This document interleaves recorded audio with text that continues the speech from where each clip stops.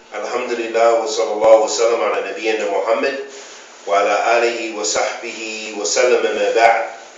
So today we're going to talk about some of the benefits of one of the most important verses in the Quran, and that's Ayat Kursi. That is the Ayat Kursi. And first we'll read the ayat, and then we'll just talk about some of the ahadith and just some small benefits. We won't go into the tafsir because that takes going into the books of the mufassirin, but so we'll just give a basic explanation so that you will be able to understand the meaning. Go ahead and read for us, bi'idhnillah ta'ala. أعوذ بالله من الشيطان الرجيم الله لا إله إلا هو الحي القيوم لا تأخذه سنة ولا نوم له ما في السماوات وما في الأرض من ذا الذي يشفع عنده إلا بإذنه يعلم ما بين أيديهم وما خلفهم ولا يحيطون بشيء من علمه إلا بما شاء وسع كرسيه السماوات والأرض ولا يؤوده حفظهما وهو العلي العظيم. Jazakallah khairan, Allah yubarak feek, mashallah tabarakallah. So Allah subhanahu wa ta'ala says in this verse, Allah la ilaha illa huwa, which means Allah, that there is no one that has the right to be worshipped except Him. La ilaha illa huwa means there is no God or nothing worthy of worship except Him, meaning Allah. It goes back to Allah. Al-Hayyul Qayyum. Allah subhanahu wa ta'ala is the ever-living, the one who sustains and protects everything. Allah subhanahu wa ta'ala is the one who protects everything, and He gives us rizq, He gives us everything that we have. That's why we have to be thankful to Allah subhanahu wa ta'ala. We have to be thankful to who? Allah subhanahu wa ta'ala, Al-Hayyul Qayyum. And then Allah subhanahu wa ta'ala says, after saying Al-Hayyul Qayyum, He says, who sustains and protects all that exists, neither slumber nor sleep overtakes Him. To Him belongs whatever is in the heavens and whatever is on the earth. Who is He that can intercede with Him except with His permission? He knows what happens to them, meaning all of His creatures in the world, and what will happen to them in the hereafter. And they will never compass anything of His knowledge except that which He wills. His kursi extends over the heavens and the earth, and He feels no fatigue in guarding them and preserving them. And He is the Most High, the Most Great. So in this verse, Ayatul Kursi, there are so many benefits. That's why when you said you wanted to read Ayatul Kursi, I was hesitant because it takes time to really prepare and think about all the powerful meanings in this verse. But we'll just talk about very simply so you can get an understanding. First in the verse, Allah subhanahu wa ta'ala says, Allah la ilaha illa huwa. So first, that is Tawheed. The first thing Allah subhanahu wa ta'ala brings for us and gives us information about in this very important verse is Allah subhanahu wa ta'ala affirms for us that He is the only one worthy of worship. That's Tawheed right there. That only Allah should be worshipped. Tawheed. Okay? Also, then Allah subhanahu wa ta'ala establishes some of His divine names and attributes. Al-Hayy, Al-Qayyum. These are very important attributes of Allah that Allah has. Al-Hayy, Al-Qayyum. Allah subhanahu wa ta'ala is the is the ever living, meaning Allah doesn't die. And Al-Qayyum, they translate to mean the one who sustains, the sustainer. That's a very limited meaning, but that gives us an idea that Allah is the ever-living and the sustainer. What that means is Allah does not die. So here Allah subhanahu wa ta'ala makes ithbat, or He affirms for Himself that He does not die. Why is this important? Because many other religions, they believe, or some other religions, they believe that Allah dies. Christians, for example, the ones who believe Jesus is God or Jesus is the Son of God, they say that Jesus is Allah and that He died for our sins, or that He gave His Son for our sins. So they believe that Allah died for 3 days because they say Jesus is God. So they believe He died. But in Islam, no. Islam, because Allah subhanahu wa ta'ala affirms for Himself that He is Al-Hayy, Al-Qayyum, that He is the ever-living. He does not die. Does Allah die, Rashad? No. Does Allah sleep? No. No. That is what distinguishes in Islam different than other religions, because other religions, they give God or Allah subhanahu wa ta'ala characteristics of the people, meaning they make similarities between Allah's characteristics and people's characteristics. They say, the Catholics, they say, some of the people, the nuns, they say, I'm married to God. How can you be married to God? This is what a nun says. Because they believe that when they don't have relations, they don't believe in marriage, that they are married to God. They're married to God, meaning they're fulfilled with Him, fulfilled by Him, and they don't need to marry other people.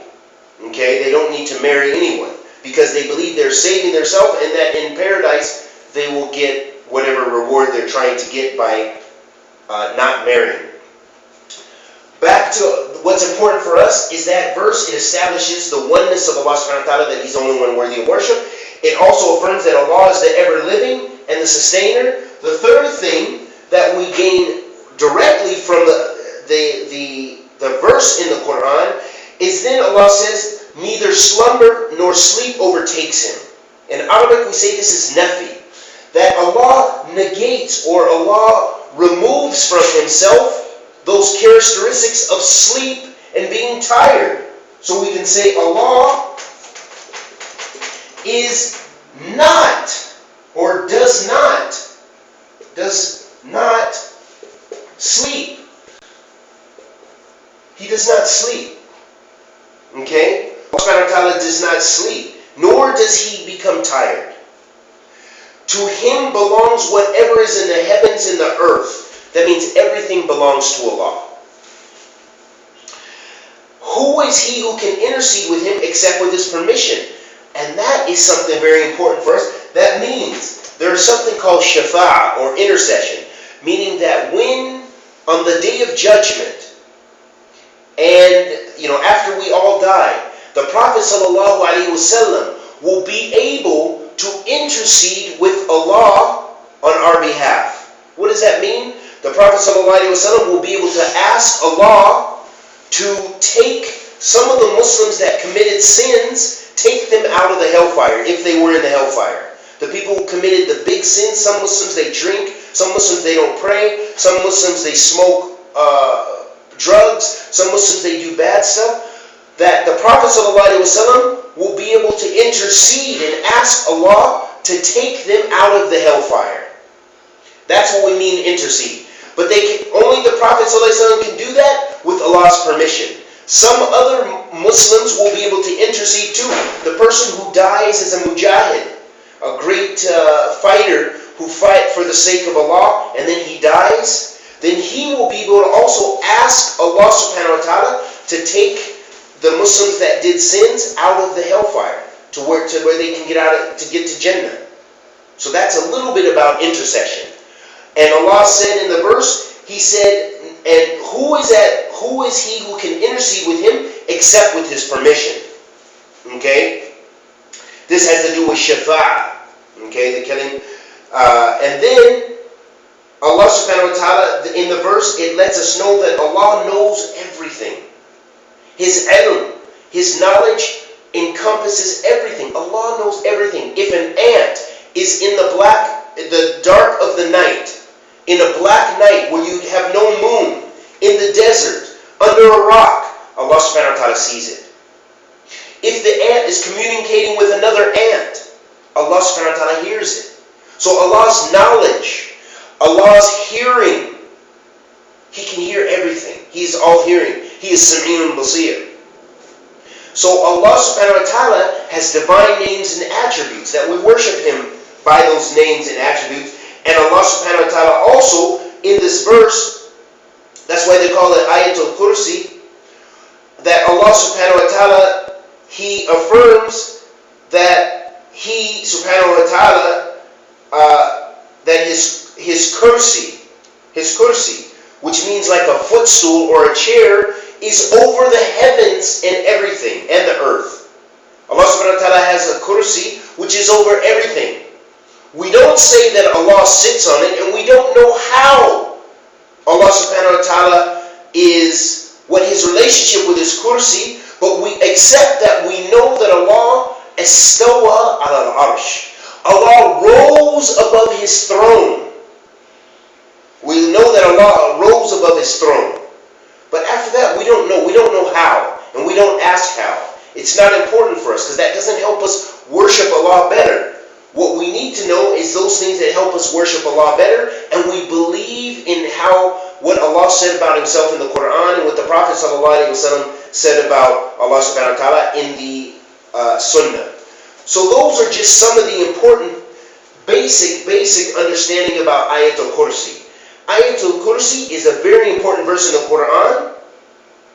Here's what the Prophet ﷺ said. In one of the ahadith that the Prophet ﷺ said, this is a hadith of Abu Hurairah, he said, radiyallahu ta'ala anhuma, he said, Allah's Messenger sallallahu alayhi wa sallam ordered me to guard the zakat during Ramadan. Then somebody came to me and started stealing. Someone started stealing some of the food stuff. And then Abu Hurairah caught him. He said, I caught him and I said, I will take you to Allah's Messenger sallallahu alayhi wa sallam.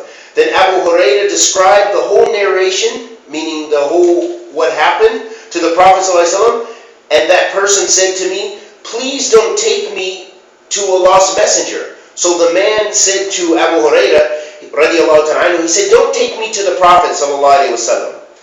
And I will tell you a few words, I will tell you a secret by which Allah will benefit you. When you go to your bed, recite Ayatul Kursi. When you go to bed, recite Ayatul Kursi. For then there will be a guard from Allah who will protect you all night long. And Satan will not be able to come near you till dawn. That's the protection of Ayatul Kursi. When the Prophet ﷺ heard this, he said to Abu Hurairah, he who came to you at night and told you the truth about this, he told you this story that Ayatul Kursi will protect you. He said, although that person is a liar and it was the shaitan, he told you the truth. So the shaitan came to Abu Hurairah that time and he told him something that was truthful. And what was it that he told him? He told him that Ayatul Kursi will protect him if he reads it at night. It will protect you until Fajr. So that is something truthful that the shaitan said, A'udhu billah minhu, but he did tell the truth this time.